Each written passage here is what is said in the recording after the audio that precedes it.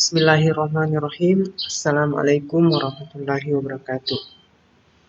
Alhamdulillahilladzi arsala rasulahu bil huda wa dinil haq liyuzhirahu 'ala dini kulli wa kafa billahi shahida. Asyhadu an la ilaha illallah, asyhadu anna Muhammadar Rasulullah. Allahumma shalli ala sayyidina Muhammad. Baik, teman-teman, pertama-tama kita memanjatkan puji syukur atas kehadirat Allah Subhanahu wa taala. Alhamdulillah pada kesempatan ini kita masih dalam keadaan sehat walafiat.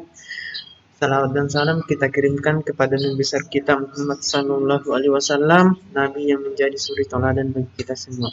Teman-teman sekalian, tidak terasa kita sudah masuk di pertemuan ketiga mata kuliah teknologi informasi. Pada pertemuan kali ini, kita akan belajar perangkat input dan output dari komputer. Adapun agenda kita untuk pertemuan kali ini saya bagi jadi 4. Yang pertama, nanti saya akan menjelaskan apa-apa komponen utama dari hardware sebuah komputer ya. Kemudian apa itu CPU ya. Kemudian apa saja perangkat input dan perangkat output dari sebuah komputer. Nah, teman-teman sekalian, komponen utama sebuah komputer itu minimal ada 4 bagian ini ya. Yang pertama, dia harus memiliki yang namanya CPU ya, karena CPU ini adalah Central Processing Unit. Dia yang memproses data input yang masuk ke komputer.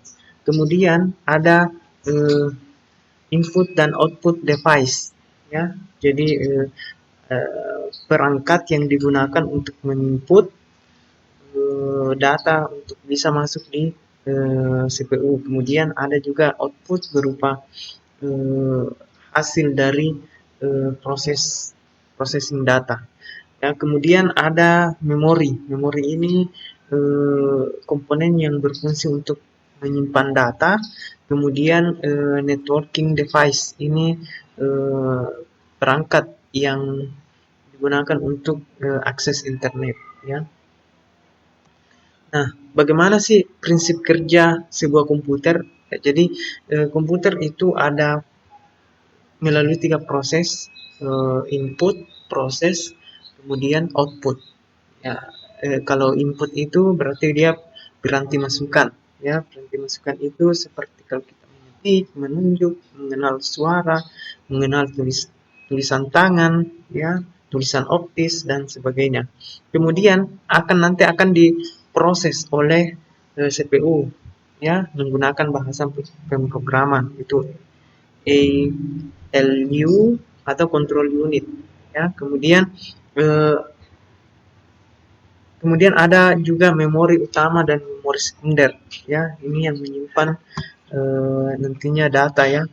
Kemudian ada piranti keluaran. Piranti keluaran ini yang kita lihat, ya. Misalnya di monitor keluar, kemudian printer, ya, mencetak dokumen. Kemudian kita masuk di CPU. Apa sih sebenarnya itu CPU? Jadi CPU itu adalah Central Processing Unit, yaitu perangkat keras komputer yang memiliki tugas untuk menerima dan melaksanakan perintah dan data dari perangkat lunak. Jadi kalau komputer itu dia terpisah ya, CPU dengan monitor. Tapi kalau di laptop dia menyatu, ya, karena CPU itu berada mesinnya di mesin dari laptop itu sendiri ya. Kemudian fungsinya ada 3.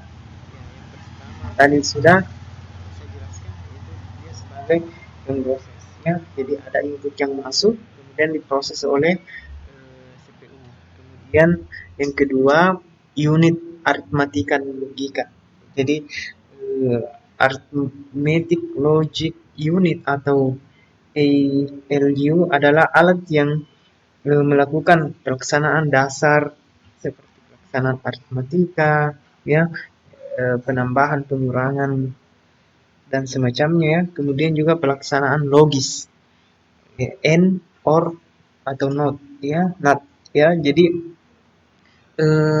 komputer itu menggunakan bahasa mesin. Jadi dia menggunakan bahasa aritmatika dan logika. Ya, jadi kalau kita misalnya menyebut, nanti dia baca baca menggunakan bahasa mesin aritmatika dan logika. Ya, kemudian CPU juga sebagai unit kontrol, ya, yaitu dia menyimpan perintah untuk dilakukan oleh komputer, ya. Nah, apa sih komponen-komponen yang ada dalam CPU? Ya, ada banyak ya. Yang pertama motherboard, kemudian ada prosesor, ada RAM, ada optical drive, ada hard drive, ada pendingin, ada floppy. Ini sudah tidak zamannya lagi ya, karena sudah ada penyimpan data berupa flash disk. Ada power supply, ada kipas ya. Nah, ini kalau di komputer ya. Tapi kalau dia di laptop seperti ini dia, ya. Jadi menyatu semua, ya. Dan pada dasarnya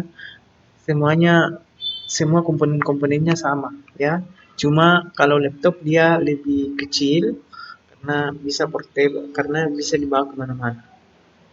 Kemudian motherboard, ini adalah bagian utama dari sebuah CPU ya, karena disinilah semua komponen eh, berkumpul. Jadi dia semacam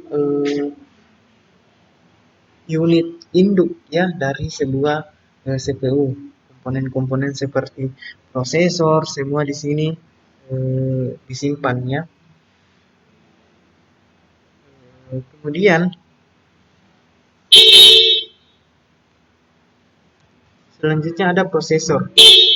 Prosesor ini adalah perangkat keras yang berguna untuk melakukan pembacaan, pengertian, dan melaksanakan perintah dari pelaksanaan program. Jadi inilah otaknya komputer, karena dia menjalankan segala perintah pada komputer ya. Ada input yang masuk, dia yang memproses. Sekarang ini